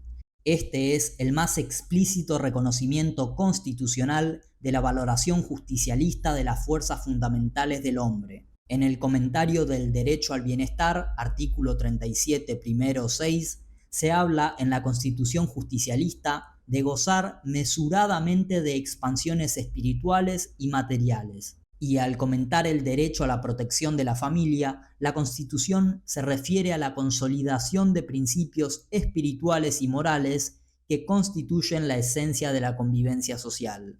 Cuando asegura la definitiva consolidación de los derechos de la ancianidad, la Constitución expresa que los ancianos tienen derecho al cuidado de la salud moral y que debe asegurarse el libre ejercicio de las expansiones espirituales concordes con la moral y el culto. Artículo 37, 3, 6. Más adelante se afirma que la ancianidad tiene derecho al respeto y consideración de sus semejantes. Artículo 37, 3, 10. Cuando se afirman los derechos de la educación y la cultura, la Constitución justicialista establece que las universidades han de preparar a la juventud para el culto de las ciencias al servicio de los fines espirituales y del engrandecimiento de la nación, y que cada alumno ha de conocer la esencia de lo argentino, la realidad espiritual, económica, social y política de su país. Artículo 37, 4, 4. Siempre la preocupación fundamental es el espíritu. Adviértase cómo se cumple exactamente la fórmula justicialista: dar al espíritu todo cuanto necesite para su perfección. 23. Realidades materiales. En el orden cronológico, las primeras realidades del justicialismo no fueron las del espíritu, sino las realidades materiales. Lógicamente, debía ser así.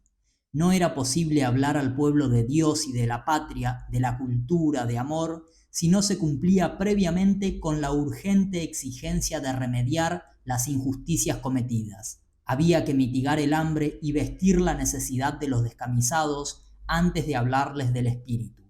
Porque aunque no solo de pan vive el hombre, si vive es precisamente por el pan que come.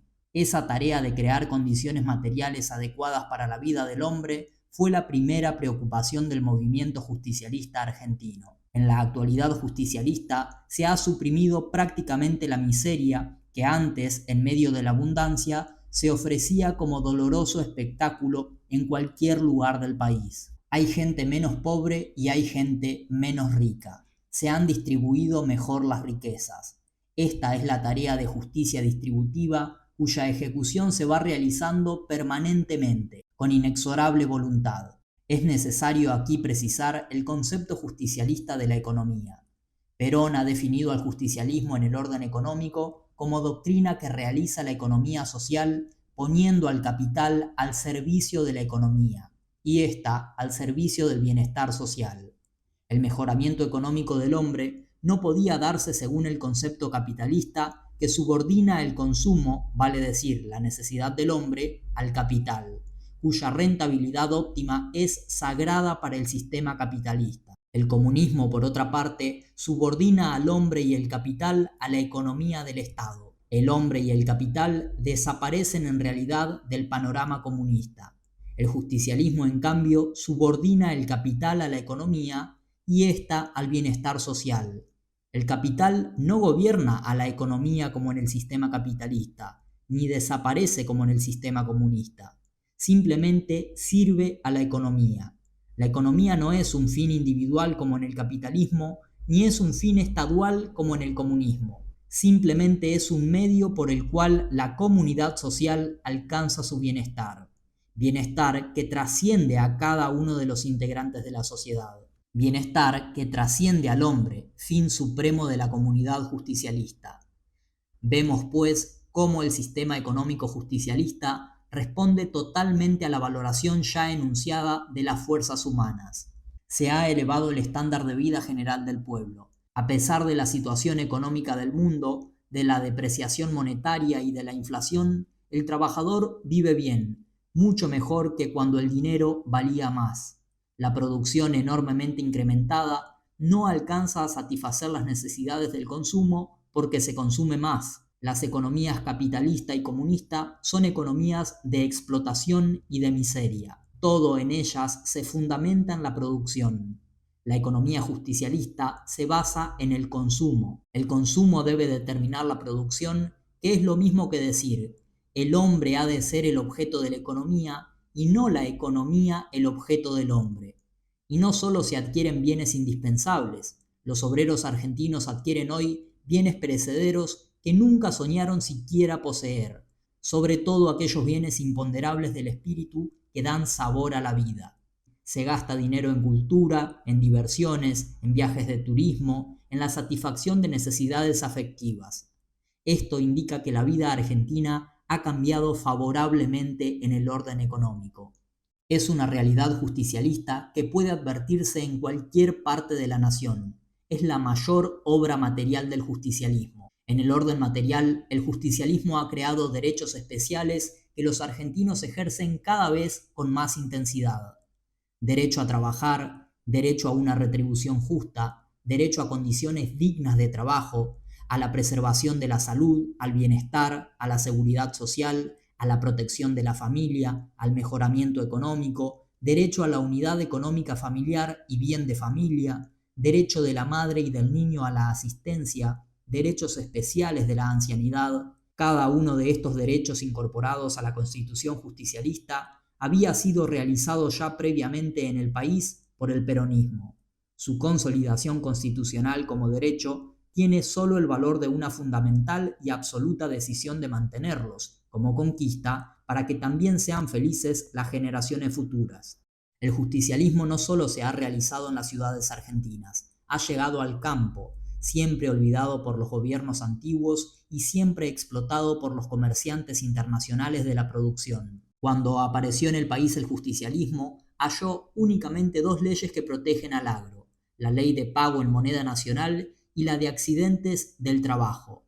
La revolución justicialista ha dignificado al hombre de campo, al propietario productor, salvándolo de las garras de los monopolios comerciantes, organizándose el Estado para realizar ese mismo comercio con criterio nacional, no de extranjero ni internacional. Esta organización del Estado para sustituir a los monopolios requirió la compra de todos los transportes y su ampliación hasta cubrir las necesidades mínimas y alcanzar el objetivo fundamental: poder llevar la producción a cualquier parte del mundo. Otros puntos básicos de la realidad justicialista en el campo argentino son leyes sobre arrendamientos rurales, estatuto del peón de campo, ley forestal, nuevas condiciones de créditos bancarios, seguro agrícola, distribución racional de la tierra en propiedad a quien la trabaje, porque la tierra no debe ser un bien de renta, sino un bien de trabajo. Esta es la realidad justicialista en el campo argentino. Realidad en marcha cuya consolidación definitiva importó al mismo tiempo al establecimiento de una base inconmovible, la independencia económica. Lógicamente, todas estas conquistas y realizaciones materiales exigen una organización especial del Estado, a fin de que puedan ser logradas primero, consolidadas después. Para poder distribuir las riquezas es necesario tener la posibilidad de planificar la economía. Para ello fue necesario consolidar la independencia política y proclamar y realizar la independencia económica del Estado argentino. La independencia política fue consolidada por el pueblo, que eligió a Perón en contra de la opinión interesada de una poderosa embajada extranjera. Y la independencia económica fue proclamada y realizada por Perón, que liberó al país de los consorcios capitalistas internacionales y de las influencias económicas de los imperialismos extranjeros. El Estado argentino, que era deudor de miles de millones de pesos, es ahora país acreedor. Esta es la mejor prueba de su independencia económica, realidad material del justicialismo que respalda la mayor parte de lo que se ha podido construir en el país. Sobre todo, realidad material que permitió cumplir el propósito de hacer justicia social con los trabajadores argentinos. La independencia económica, respaldo de la justicia social y de toda otra realidad argentina, permitió poner la economía al servicio del bienestar social, encauzándola hacia su verdadero objetivo, mejorar la situación de todos los habitantes del país. ¿Cómo se logró la independencia económica? Nacionalizando el Banco Central, comprando todos los servicios públicos, transportes, teléfonos, puertos, gas, etc. Nacionalizando el comercio internacional de la producción argentina, pagando la deuda exterior, creando las flotas mercante, aérea y marítima, nacionalizando seguros y reaseguros, industrializando la nación, duplicando la renta nacional, construyendo obras de renta pública, diques, gasoductos, aeropuertos, caminos, viviendas. Y todo eso en 3 años de intensa labor, de intensa lucha, trabajando con instrumentos humanos no siempre dóciles, no siempre leales al ideal justicialista. ¿Y todo para qué? Todas estas realidades materiales del justicialismo no terminan en sí mismas. Su fin es la felicidad de los argentinos, un valor imponderable de absoluto contenido espiritual. Así el justicialismo busca la armonía del hombre en sí mismo, la armonía de la materia y del espíritu. Así el justicialismo trata de realizar un hombre nuevo, para un mundo nuevo y mejor. 24. Realidades individuales y colectivas del justicialismo. Debemos ahora analizar cuáles son las realidades justicialistas con relación a los valores de la sociedad: unidad y totalidad humanas, persona humana y comunidad humana. Algunas realidades justicialistas que hemos enumerado como espirituales o materiales son al mismo tiempo realidades individuales, tales como los derechos especiales del trabajador, a la ancianidad, a la familia, etc., sobre los cuales no insistiremos aquí. En el caso de las fuerzas internas o intrínsecas del hombre, nos fue posible separar con cierta exactitud aquello que era realidad espiritual de lo que constituía una realidad material. En este caso, es mejor considerarlas conjuntamente, ya que muchas realidades justicialistas que benefician a la unidad humana tienen su límite en el derecho a la colectividad humana sobre ese mismo beneficio.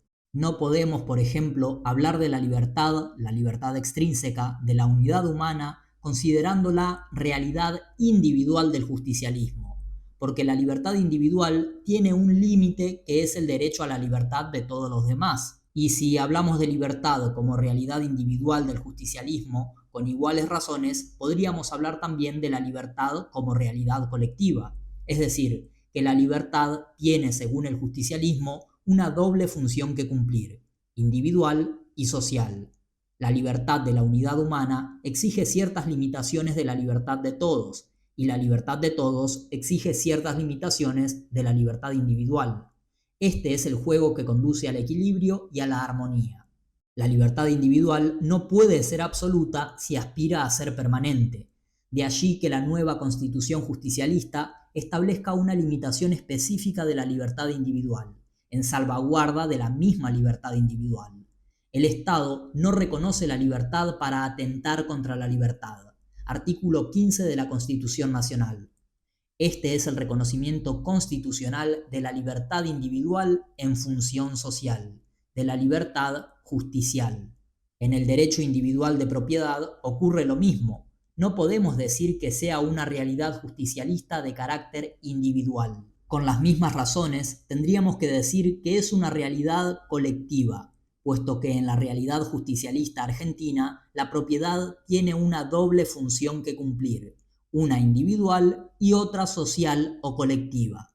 En estos dos aspectos, libertad y propiedad, se expresa claramente la doctrina justicialista como tercera posición.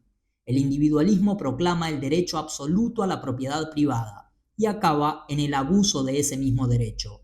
El colectivismo niega absolutamente el derecho de propiedad privada, proclamando, por ejemplo, que la tierra es de la comunidad.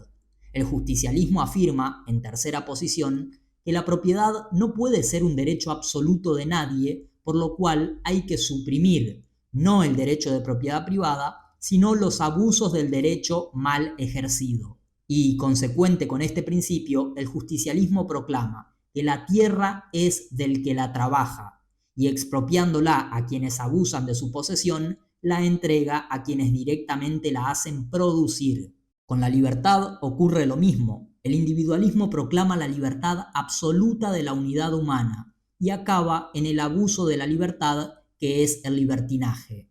El colectivismo niega prácticamente a la unidad humana todo derecho a la libertad, afirmando el derecho absoluto a la colectividad sobre el individuo. El justicialismo sostiene, en tercera posición, que la libertad individual no debe ser absoluta y por lo tanto propugna la supresión de los abusos de la libertad sin llegar al extremo colectivista que suprime la libertad en aras del Estado o de la raza. Lo que hemos dicho de la propiedad puede ser aplicado al capital. Realidad justicialista es el capital en función social. Frente al individualismo que conduce al capitalismo, que es el abuso del capital, y frente al colectivismo que suprime el capital como causa de explotación humana, el justicialismo propugna la supresión de los abusos del capital. Vale decir, intenta suprimir el capitalismo, no el capital, que debe cumplir su doble función, individual y social, en el orden humano. El trabajo es también, como causa de bienes de propiedad, un bien individual y social. Por eso, en la sociedad justicialista, el derecho individual de trabajar es asimismo un deber social. Los individualismos no reconocieron otra cosa que el derecho de trabajar, que luego se convirtió en el derecho de hacer trabajar cuando apareció la opresión de las fuerzas esclavistas.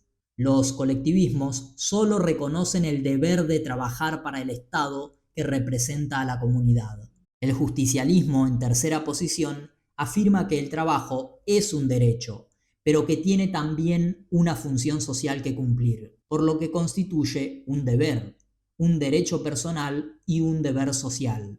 El trabajo es un derecho que dignifica al hombre, pero es un deber, puesto que lo justo es que cada uno produzca por lo menos lo que consume.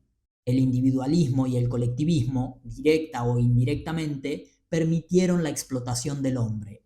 El individualismo permitió la explotación capitalista, el colectivismo la explotación por el Estado o por la raza. Realidad justicialista es la supresión constitucional de la explotación del hombre. Ello constituye en el país un delito que las leyes castigan. Artículo 35 de la Constitución Nacional. Otra realidad es la posibilidad que el justicialismo ha creado y realizado del acceso del pueblo al gobierno. Modestos trabajadores integran los organismos del gobierno en cargos que antes estaban reservados al privilegio, al favoritismo o al fraude electoral. En otro orden de cosas, los trabajadores tienen asegurada su libertad de asociación sindical y los sindicatos argentinos participan activamente en la vida nacional, con un movimiento de extraordinaria unidad y autonomía. La mujer argentina tiene, en la actualidad justicialista, los mismos derechos que el hombre, gracias a la gestión de la mujer que es ya bandera del movimiento femenino argentino, Eva Perón. Esta nueva situación viene a poner las cosas en su debido lugar. La mujer argentina nunca dejó de interesarse activamente por su país. En el principio de la historia nacional, formó en la retaguardia valiente de los ejércitos, empujándolos con amor hacia la victoria y curando las heridas y las amarguras de las derrotas. En todas las etapas de la vida nacional, la mujer ejerció una poderosa influencia que atemperó los excesos varoniles. El 17 de octubre de 1945, cuando los descamisados argentinos rescataron a Perón de manos de la oligarquía, la mujer estuvo presente en la Plaza de Mayo, encendiendo el entusiasmo y alentando la fe de los varones. Otorgarle derechos políticos era simplemente poner las cosas en su justo lugar. Por todos estos caminos, el justicialismo va logrando el equilibrio y la armonía entre las fuerzas individuales y las fuerzas de la comunidad, deseando construir una comunidad más justa, más buena y más feliz, en la que el individuo pueda realizarse juntamente en ella. Comunidad de hombres en la que se realice la superación individual como premisa de la superación colectiva. En la Constitución justicialista, la fórmula para la solución del problema de la sociedad alcanza sus expresiones definitivas. Ya hemos señalado algunos aspectos. Función individual y social de la libertad, artículo 15. De la propiedad, artículo 38. Del capital, artículo 39. De la tierra, artículo 38. De las riquezas, artículo 40. Incluso de las riquezas artísticas, artículos 37, 4 y 7. Del trabajo, artículo 37, primero, 4. De la economía, artículo 39. En otro orden de cosas, no se admiten diferencias raciales, artículo 28. Los derechos y garantías constitucionales no amparan a ningún habitante de la nación en perjuicio, detrimento o menoscabo de otro, artículo 35. Equilibrio entre los derechos de la unidad humana y los derechos de la totalidad. Pero se advierte, sin embargo, que la intención final de este juego de equilibrio es la perfección de la unidad humana. El fiel de la balanza está más cerca de la unidad que de la totalidad. Por eso se especifican en forma terminante una serie de derechos personales en general y en particular, tales como los derechos del trabajador, de los ancianos, de la familia. Y se suprime constitucionalmente en el país la explotación del hombre por el hombre. Artículo 35. Solamente para hacer esto ya se justificaba una revolución. 25. Dos realidades básicas. Dos realidades básicas impregnan toda la vida del justicialismo: la justicia social y el amor que se concreta en ayuda social. La justicia social es el instrumento del justicialismo para establecer el equilibrio entre los derechos de la unidad humana y los derechos de la totalidad humana, entre las personas y la sociedad. La justicia social tiene por objeto final de su acción al hombre, pero llega al hombre por medio de sus agrupaciones sociales, en especial de sus agrupaciones sindicales o gremiales. La justicia social fue la primera realidad peronista del justicialismo. El día que la revolución de 1943 comenzó a convertir en realidad Argentina su propósito de hacer justicia social, ese día comenzó a ser justicialista. Fue en noviembre de 1943 cuando Perón transformó el Departamento Nacional de Trabajo en Secretaría de Trabajo y Previsión. Alguna vez se pondrá en bronce o en piedra sobre el frontispicio de su casa una leyenda que diga: aquí nació el justicialismo. Desde aquel día de noviembre, 27 de noviembre para ser más exactos en homenaje a la historia, la Secretaría de Trabajo y Previsión fue la casa de los trabajadores argentinos. Allí se convirtieron en realidad viejas esperanzas que venían, casi desesperanzados, alentando desde muchos años antes los hombres de trabajo que construían la grandeza nacional. Allí se encontró el pueblo con la patria justa, que no reconocía privilegios de ninguna clase. Más tarde la Secretaría de Trabajo y Previsión completó su obra con la creación de tribunales del trabajo. La justicia social tenía ya sus organismos definitivos. Pero más importante que todo eso era su realidad nacional en todos los órdenes. Lo que después fueron los derechos del trabajador comenzaron a ser realidad mucho antes de su enunciación formal y constitucional. La Constitución solo vino a sellar como definitiva una realidad: la realidad de una nación socialmente justa. El amor que se concreta en ayuda social tiene su origen en el espíritu extraordinario de Eva Perón. Ella ha creado en el país un estado espiritual de amor y de esperanza. La ayuda social que se realiza por medio de una entidad jurídica, la Fundación Eva Perón, solo aspira a ser complemento de la obra de justicia social. Lo extraordinario de esta fundación es que vive y se sostiene con la ayuda de los mismos trabajadores, milagro único en el mundo. La Fundación de Ayuda Social quiere llegar a todos los rincones del país a los que todavía no ha llegado la justicia. Esta es una actitud complementaria. Es el amor coronando a la justicia. Impregnada de hondo patriotismo, expresa en sí misma toda la espiritualidad cristiana del justicialismo. Construye hogares de tránsito, realiza hogares de ancianos, levanta hogares para niños, jardines para infantes, hospitales, policlínicos, etc. Edifica viviendas para trabajadores. Todas estas construcciones son realizadas con magnificencia e incluso con riqueza extraordinaria. Ha sido superada la época de la beneficencia, con que se disfrazó el orgullo de los poderosos, prostituyendo el alto y divino sentido de la palabra caridad. La riqueza y la magnificencia de las obras de la Fundación Eva Perón desconciertan a quienes no entienden que ellas tienen por objeto despertar en la conciencia oprimida de los pobres, de los humildes, de los desheredados de la fortuna, las inquietudes, las ansias y las ambiciones de los altos ideales. El justicialismo quiere que cada argentino tenga las posibilidades que conducen a las más altas posiciones del país, y por ello las obras de la Fundación tienen ese clima que despierta en los humildes la conciencia de aquellas posibilidades. Y todo eso en un estilo nuevo, humano y alegre, con la alegría del amor, con la divina alegría del amor que trata de hacerse perdonar su ayuda. Si nos fuese dado alguna vez conocer las consecuencias y las razones ocultas de los acontecimientos humanos, tal vez descubramos que la causa escondida en la actual felicidad argentina es precisamente el amor con el que se cumplen la justicia social y la ayuda social. Cuenta Unamuno que un día iba un hombre a salvar a su pueblo. En el camino encontró a un niño que desde un foso, muriéndose, pedía auxilio. El hombre se puso a ayudar al niño. Después, el niño fue el salvador del pueblo. En nuestra realidad justicialista, también un hombre, Perón, va en camino a salvar a su pueblo. Pero, a diferencia de lo que ocurre en el relato de Unamuno, en nuestra realidad, el hombre no necesita detenerse a escuchar llamados de auxilio.